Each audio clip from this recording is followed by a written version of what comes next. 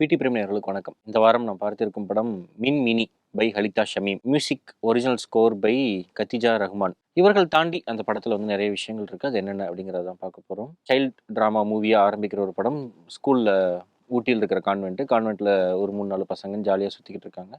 அதில் 2 பசங்க லைக் இளையும் புனியுமா ஆரம்பித்து அப்படியே நட்பாக மாற ஒரு ஸ்டேஜுக்கு முன்னாடியே அதில் ஒரு பிரிவு ஏற்படுது, ஒரு மீளா துயர்.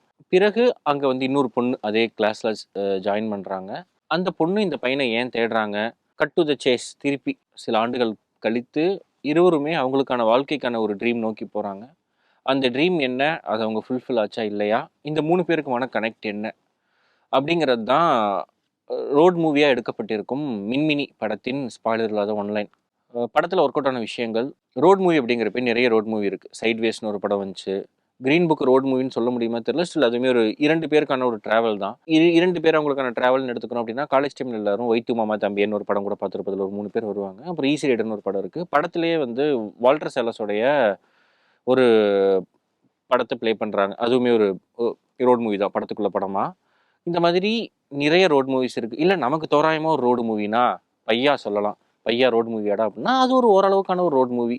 கார்த்தி வந்து காரில் போயிட்டுருப்பாரு, தமன்னாவை ட்ரிப் அடிக்கிறாரு. அந்த ட்ராவல் என்ன நடக்குது அப்படிங்கிற கதை தான். இதில் 2ஆம் பாதி முழுக்கவே ஒரு படம், ஒரு ரோட் மூவி. அந்த ரோட் மூவியை மினிமல் கேரக்டர்ஸை வச்சுட்டு ப்ளே பண்ணியிருக்காங்க ஹலிதா ஷமீம். அது ஒரு நல்ல ஒர்க். படத்தில் நல்லா இருந்த இன்னொரு விஷயம் வந்து, பாய்குட் மாதிரியான படங்கள் நம்ம பார்த்துருப்போம். ரிச்சர்ட் லிங்க்லேட்டர் வந்து ஒரு குறிப்பிட்ட ஒரு 2-3 பேரை வச்சுட்டு சின்ன வயசுல உரிச்ச கோழி, அப்புறம் பெருசானதுக்கு அப்புறம் அவங்கள வச்சு எடுத்த படம் அப்படிங்கிற மாதிரி எடுத்திருப்பாரு. இந்த படத்துலையும் சிறு வயதுல அவங்கள வச்சு ஒரு போர்ஷன், அதற்கு பிறகு செகண்ட் ஹாஃப்ல அவங்க வளர்ந்ததுக்கு அப்புறம் அவங்க எப்படி இருக்காங்க, அதுல அந் அந்த ஸ்டோரியை அவங்க எப்படி கேரி ஃபார்வர்ட் பண்றாங்க அப்படிங்கிறதான் படமா எடுத்திருக்காங்க. ஸோ அந்த ஒரு மெனக்கெடல், அந்த ஒரு பொறுமை, அதெல்லாமே ஒரு மெச்சத்தகுந்த விஷயம். அப்புறம் கத்திஜா ரஹ்மானுடைய பேக்ரவுண்ட் ஸ்கோர், ரஹ்மானுடைய பொண்ணு அப்படிங்கிறதெல்லாம் தாண்டி இந்த படத்தில் பேக்ரவுண்ட் ஸ்கோர் நிறைய இடங்கள் ரொம்ப நல்லா இருந்துச்சு. ஒரு சீனை எலிவேட் பண்ணுதா அப்படின்னா அந்த மாதிரி இல்லாமல், ஒரு ஆடியன்ஸுக்கு அந்த ஒரு பெயினை கடத்துறது, ஒரு சோகத்தை கடத்துறது மாதிரியான விஷயங்கள், அதுக்கு அவங்க யூஸ் பண்ண இன்ஸ்ட்ருமெண்ட்ஸ், அந்த மாதிரி விஷயங்கள் நல்லா இருந்துச்சு. ஒரு ஒரு பாடலுமே ரொம்பவே நல்லா இருந்துச்சு. படத்தில் எங்கேயுமே வந்து ஹார்ட் ஹிட்டிங்காக எந்த சவுண்டுமே இல்லாமல், எல்லாமே ஒரு மெலடி, ஒரு மின்சோகம் கலந்த ஒரு ஒரு பேக்ரவுண்ட் ஸ்கோர் கொடுத்துருந்தாங்க. ஒரு நல்ல work. Cinematography by Manoj Paramahamsa. அவர் தான் இந்த படத்துக்கு ப்ரொடியூசரும் கூட. ஹிமாலயாஸ், கேரளா மாதிரியான இடங்கள்ல வந்து கேமரா எங்கே வச்சாலுமே அழகா தெரியும் அப்படின்னு சொல்லுவாங்க. அதெல்லாம் தாண்டி இந்த படத்துல வந்து நிறைய ஷாட்ஸ் ரொம்ப நல்லா இருந்துச்சு. ஒரு ஆஸ்பெக்ட் ரேஷியோ அவரு எக்ஸ்ல வந்து ஒரு பதிவாகவே போட்டிருந்தார்.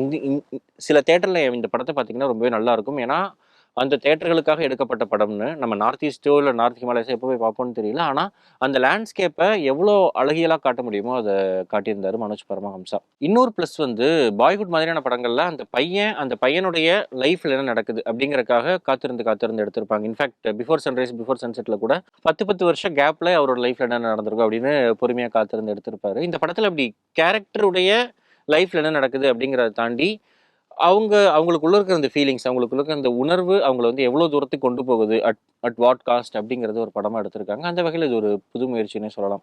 ஒர்க் அவுட் ஆகாத விஷயங்கள், ஒரு படத்துக்கு ஏற்கனவே சொன்ன மாதிரி ஒரு கேரக்டர் அந்த கதாபாத்திரம் வளர்ற வரைக்கும் வெயிட் பண்ணி எடுக்கணுமா அப்படின்னா அது ஒரு மெனக்கடல். ஆனால் அதை தாண்டி இப்போ நம்ம அழகி படத்தில் பார்த்துருப்போம்.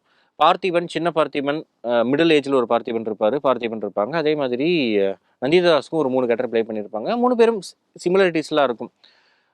நமக்கு அந்த சின்ன குழந்தையவே வயசாகி ஒரு 15 வயசு வரைக்கும் வெயிட் பண்ண வச்சு பார்த்திபன் ஆகிறதுக்கு பதிலாக பார்த்திபன் ப்ளே பண்ணியிருப்பாரு, நந்திதாஸ் ப்ளே பண்ணியிருப்பாங்கிறப்போ அந்த கேரக்டர், அந்த வெயிட்டேஜ், அந்த ஏஜுக்கான ஒரு மெச்சூரிட்டி, அது எல்லாமே ஆடியன்ஸுக்கு கடத்தும் ஒரு பக்குவத்தில் அந்த கேரக்டர்ஸ் ப்ளே பண்ணியிருந்தாங்க.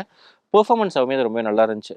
இந்த படத்தில் எஸ்தர் அனிலும் சரி, பிரவீனும் சரி, அவங்களுடைய பெஸ்ட்டை கொடுத்தாலும் அந்த பெர்ஃபார்மன்ஸ் இன்னுமே ஒரு ஏஜ்டு பெர்ஃபார்மர் பண்ணியிருக்க வேண்டிய ரோல். 2 பேருமே ஒரு +20 ஏஜில் இருந்தாலும் படத்தில் நம்ம பார்க்குறப்ப அது கன்வே ஆகவே இல்லை. 2 பேருமே ஒரு ஸ்கூல் கிட் டோனில் தான் இருக்காங்க. அவங்க ரொம்பவே ஒரு ஒரு மெச்சூரிட்டியான ஒரு பர்சன்ஸ், அவங்க ரொம்பவே ஒரு ஏஜ்டு பர்சன் அப்படிங்கிற அந்த ஃபீல் படத்தில் வரவே இல்லை.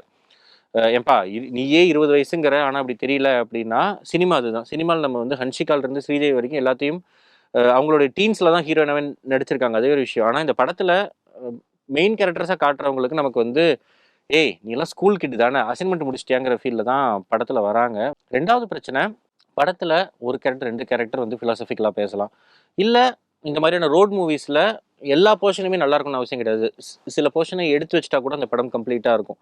ஆனா, அந்த ஒரு போர்ஷனுமே ஒரு ஒரு ஒரு மேஜிக்கல் மூமெண்ட்டா இருக்கும். ஒரு ஸ்பார்க்கா இருக்கும். ஒரு என்லைட்டிங்கா இருக்கும். ஆனா, இந்த படத்துல நெறைய போர்ஷன்ஸ் வருது. ஆனா, அந்த போர்ஷன்ஸ் எல்லாமே வந்து அந்த மாரி ஒரு ஸ்பார்க்காவோ, ஒரு செம இல்ல, ச்சே இது ஒரு நல்ல விஷயம்ல அப்படின்னு தோன்றதுக்கு பதிலா, எல்லாருமே டெய்லி கேலண்டர்ல வர்ற பிலாசபிக்கல் தாட்டாவே பேசுறாங்க. இன்ஃபாக்ட் எஸ்தரன்லயே ஒரு கட்டத்துல அப்ப பிலாசபிக்கலா மட்டும் பதில் சொல்லாத அப்படிங்கிறாங்க. நமக்குமே படம் பார்க்குறப்போ பிலாசபி போதும் மேடம் ப்ளீஸ் விட்டுருங்களேன் அப்படிங்கிற ஃபீல் வருது. கடைசியா படத்துல ஒர்க் அவுட் ஆகாத விஷயம் செகண்ட் ஹாஃப். அந்த பொண்ணு ஏன் காத்திருந்து காத்திருந்து காலங்கள் நோகுதுங்கிற மாரி ஏன் இவ்ளோ பொறுமையா வந்து அத வெயிட் பண்ணி சொல்றாங்க அப்படிங்கிறதுக்கான ரீசன் வந்து அவ்ளோ பெர்ஃபெக்ட்டா எஸ்டாப்ளிஷ் ஆகல. ஏன்னா வந்து வெயிட் பண்ணிட்டே இருக்காங்க. ஐயோ! இப்ப சொன்னா படம் 1 1/2 மணி நேரத்துல முடிஞ்சிருமே. ஐயோ! இப்ப சொன்னா 1 1/4 மணி நேரத்துல முடிஞ்சிருமே. நம்ம 2 1/2 மணி நேரம்னு ப்ராமிஸ் பண்ணியிருக்கோமே ஆடியன்ஸ்க்குங்கிறதுக்காகவே வெயிட் பண்ணி இழுத்து போடுறதுக்கு 1 செகண்ட் முன்னாடி, "நான் தான்ப்பா உங்க அண்ணன்" அப்படின்னு பசுபதி கணக்கா சொல்றாங்க. நமக்குமே வந்து நன்றி, வணக்கம் அப்படின்னு தோணுது. மத்தபடி இந்த படம் பார்க்குறீங்க அப்படின்னா, ஒரு எஃபோர்ட்டா ஒரு படத்த ஒரு சினிமாக்காக ஒரு எஃபோர்ட் எவ்வளோ முக்கியம் அப்படிங்கிற இந்த படத்த பத்தி நீங்க தெரிஞ்சுக்கலாம். பார்த்திருந்தா கமெண்ட்ல பதிவு பண்ணுங்க. நன்றி. It's take offing by RJ